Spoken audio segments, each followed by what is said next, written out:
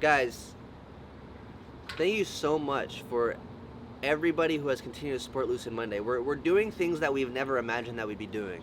A Day in the Life of Dahi, this video is incredible. And thank you to Native Instruments for continuing to support us and partnering with us on all these different endeavors that we've ever wanted to do. It's like, I don't even understand it. We're even at the new Lucid House, and I have so many people staring at me through this window, but at the end of the day, I appreciate you guys so much for supporting us, and I'm just excited for you guys to check this out, so thank you. This is Bowie, and this is Zahari. What do you want to listen to? I just want to listen to Korean. You want to listen to Dare? Yes, I do want to listen there. All right, one second. Come here, come here, come here, Yeah, come here. they're always Come here. in the studio playing, Yes, Dad. hitting music, singing, hitting on the piano, playing the drums, Let's playing go. the keys, guitars. Yeah, no, I think they definitely love what their dad does. They always want to come meet people and play with other musicians or singers that come by. But yeah, so he's so cute. Yeah. Hold me down, yeah. Especially musicians, artists, producers complain about everything sucks. You know what I'm saying? Like, what do you listen to? Oh man, I don't listen to nothing, man. Everything sucks, or this ain't good. And be like, well, if you think it sucks, then you gotta fix it. You know, you gotta make what you think is missing, or make what you think is needed, and have that be what brings you happiness, or brings you joy, or brings you like a boost of energy. And I think that's what I'm like trying to focus on more and more. I'm putting out my album this year, so but my album is different. It's definitely not I'm not rapping, that's for damn sure.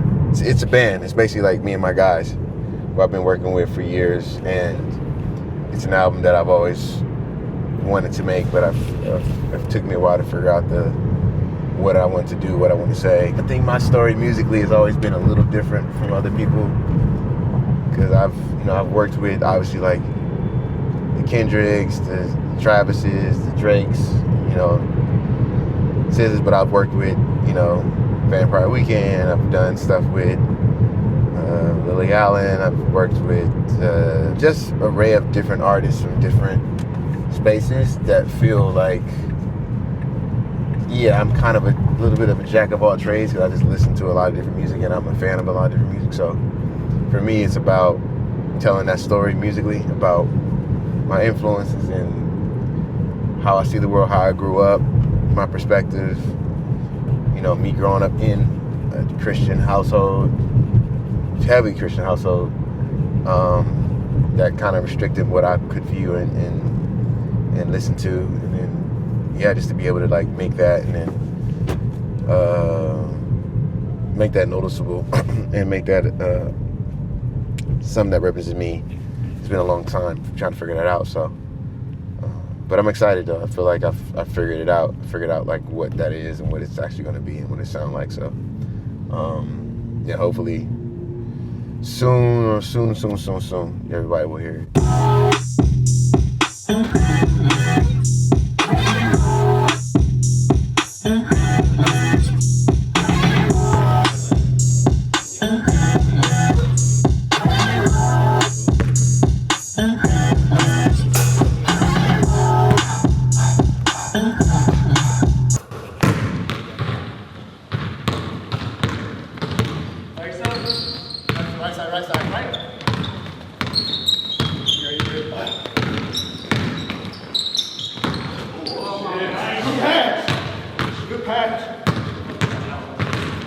Do you mainly be using hardware?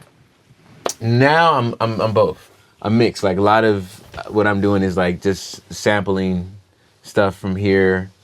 I'm using the drum machine a lot, just making beats on that, and then just like routing shit through pedals, and I think looking at the screen all day kind of fucks with my. What would you say one of your favorite hardware instruments are? Of late though, I've been on the Orchard.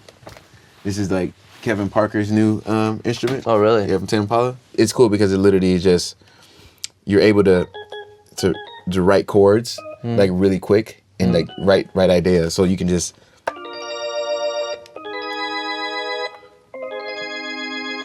so if you just want to write, you just want to have an idea where you just like writing a melody idea. You can just really sit here and come up with a progression, and you're like, oh, this is dope. And then it's cool because it's MIDI controller, so literally you can just plug it up to any synth and it'll control that synthesizer as well. Really? Yeah. Do you have any native instruments gear? Yeah, I mean, like, shit, my keyboards, native instruments. Which one? The control. Okay, the control. Yeah. With their sponsor. Yeah, thank you. Thank you, Native Instruments.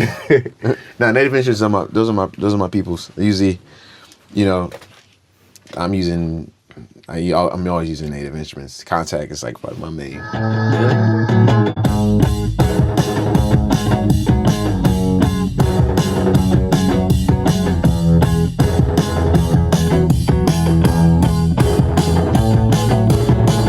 Yeah. That's crazy. What made you switch between Logic and Ableton? It's just how fast I can work. I work a lot. Ableton's best, right? Yeah, for speed and just like getting ideas out. But the way the Ableton works is it allows you to basically route audio in a way, or make customized, you know, patches and chains that help you work with, you know, making beats. And so it's the new function is the randomization shit that you can do with like the different knobs and customize. Like it's crazy. Do you start with melody first or drums? It depends. Lately it's been drums, but I just go back and forth. Like sometimes, like if I'm just writing just to get an idea out, obviously melody. But drums I think are super important, finding like a unique groove and then just kind of jamming around that. But usually it's like drums and then I'll just play a bass line around it, and then the bass will lead to like the chorus I'm gonna pick and move, so.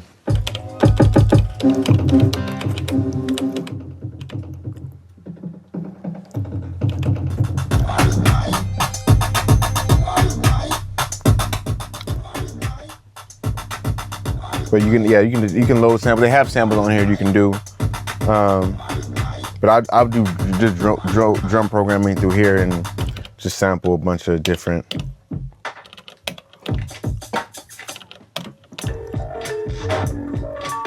Yeah, what is that?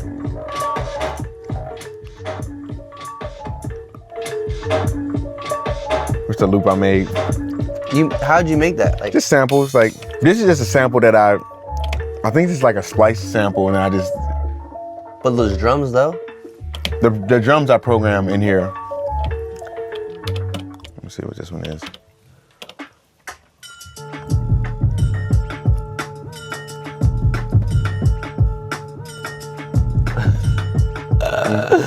What the? So I'll make the basic beat here, and then stem it in Ableton, and then start to chop it up. But I'll do the main structure in here, just like a sample idea or something, a little splice idea or sample.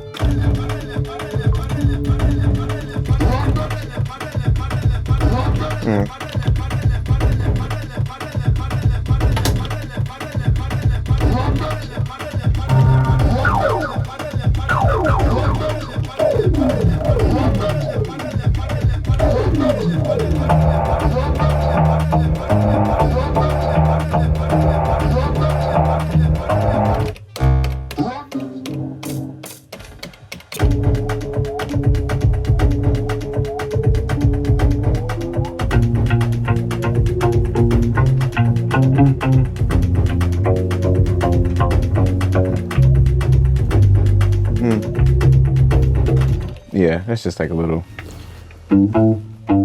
This is so hard. Was that? Has your workflow changed over time? Like throughout the past 10 years, would you say like it stayed the same or? Oh, it changes every year.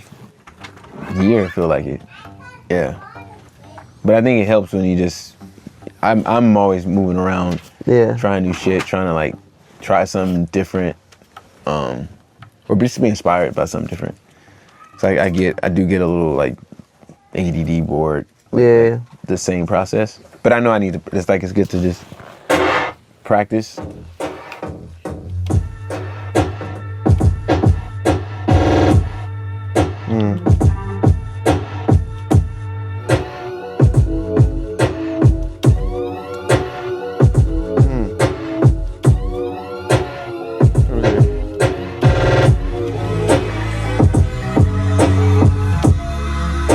It's on hard. What's that? It's on hard.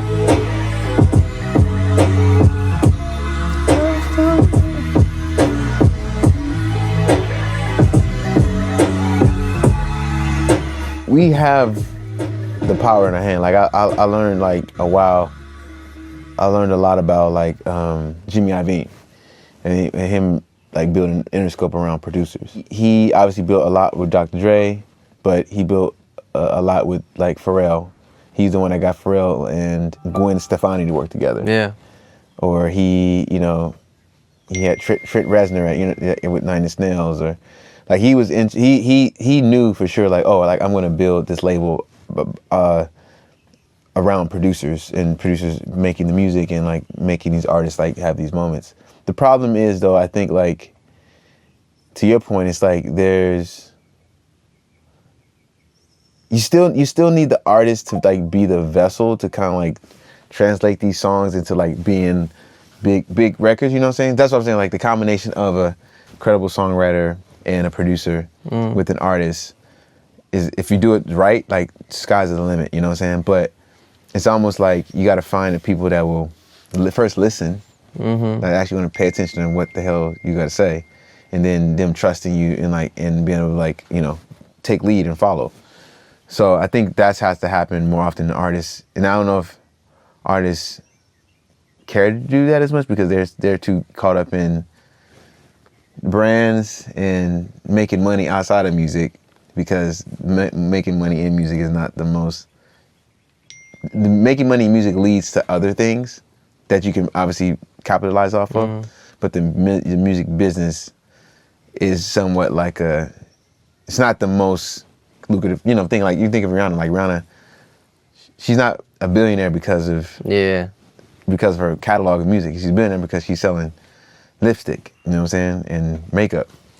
And I just think at the end of the day, it's like, it's a platform, and I think you need music with everything. Music is life. Music, everybody needs it to apply it to their life or use it and grow with it. But yeah, you know, it's just interesting to see how it'll change, because you're right, like the superstars are becoming the producers, or they are the producers, but the artists still gotta be the ones that like carry it out or make it like, you know, important for people to actually listen to.